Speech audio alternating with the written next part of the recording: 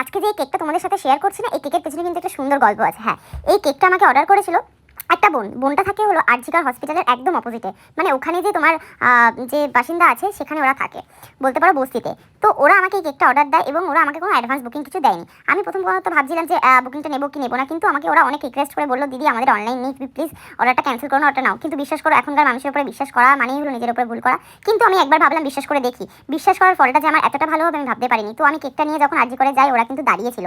And আমার এতটা ভালো লাগলো যে এত কষ্টের মাঝখানেও ও তার নিজের বোনের স্বপ্নটা পূরণ করেছে। ওর বোনের বিটিএস খুবই ভালো লাগে, তো ও আমার কাছ থেকে বিটিএস কেকটাই নিয়েছিল।